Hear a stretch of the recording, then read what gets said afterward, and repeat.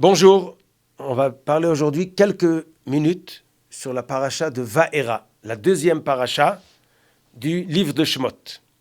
Le sujet de la paracha, c'est la continuation des souffrances des Juifs en Égypte et ça commence la délivrance. Ça veut dire les 7 premières plaies parmi les 10 plaies sont écrites dans la paracha de Vaera. Donc, ce qu'il nous faut comprendre, pourquoi on a besoin de autant de plaies sur les Égyptiens pour que les Juifs sortent d'Égypte. Dieu peut faire ça en un coup, que les Égyptiens renvoient les Juifs. Ou il peut prendre les Juifs sans que les Égyptiens veuillent les faire sortir. Dieu est tout puissant. Donc l'idée des coups d'Égypte, c'est pas seulement pour les Égyptiens, mais c'est pour les Juifs. Il y a quelque chose qui doit se dévoiler à travers les plaies, qui est pour nous, les Juifs, et pour l'humanité entière, pour tout le long de l'histoire. Qu'est-ce que c'est cette chose-là? C'est ce qu'on appelle Yichud Hashem. La présence d'Akadosh Baruch Hu et l'unité ou l'unification d'Akadosh Baruch Hu, qu'il est le patron de tout, et encore quelque chose, que la façon qu'il gère le monde, c'est qu'il est Ohev Tzedaka ou Mishpat. C'est un Dieu de justice et il conduit son monde avec justice et chaque chose, elle a le prix de ce qu'on fait.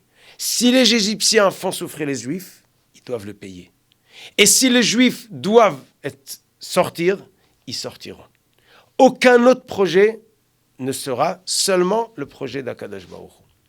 Et la façon qui se déroule, il nous apprend à nous les Juifs et à toutes les nations du monde qu'il y a un patron et que ce patron gère le monde avec justesse et sans shochad.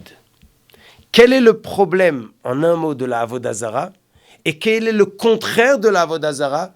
Qu'il a Emouna de Yichud Hashem, qu'il est le seul qui conduit et dans le seul but d'être juste et droit et bon.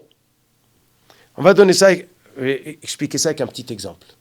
Si quelqu'un a besoin que son ami l'aide, il veut le convaincre de l'aider.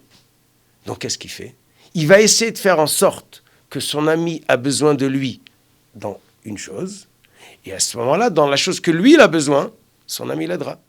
Si je vois un voisin médecin et je veux qu'il me reçoive pour pas cher, alors je vais l'aider dans ce qu'il a besoin. Chacun, il aide à l'autre dans ce qu'il a besoin. C'est de l'entraide. C'est bien. Mais ce n'est pas comme ça qu'on se dit avec Akadosh Baruch Hu. Akadosh Baruch Hu ne reçoit pas de shochad. Tu dois faire ce que tu dois faire parce qu'Hachem a ordonné. Mais tu n'achètes pas Akadosh Baruch Hu avec des shochad. Cette chose-là, on la voit à travers comment Akadosh Baruch Hu gère la souffrance des Juifs, la punition des Goïms. Tout est calculé. Et tout est dévoilé que la présence divine ressort à travers les événements. Jusqu'à l'histoire des Juifs en Égypte, le monde avait l'air naturel.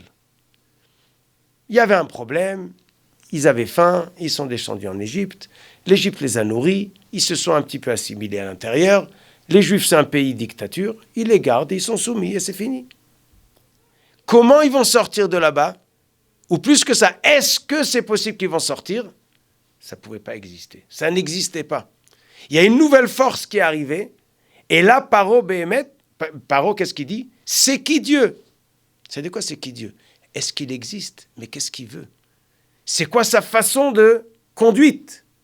Et là, il va apprendre doucement et doucement, dans toutes les facettes de la vie, toutes sortes de plaies dans toutes sortes de sujets, sur les hommes, sur les animaux, sur la terre, sur le Nil, sur beaucoup de choses, il va comprendre qu'il y a une force qui est présente. Pas seulement qu'elle existe, pas seulement présente, et qui gère, et d'une façon juste. Ça nous soulage, ça nous permet de comprendre, et ça nous donne un sens comment organiser notre conduite tout le long de la vie. Shabbat Shalom, et à la semaine prochaine, Bezrat Hashem.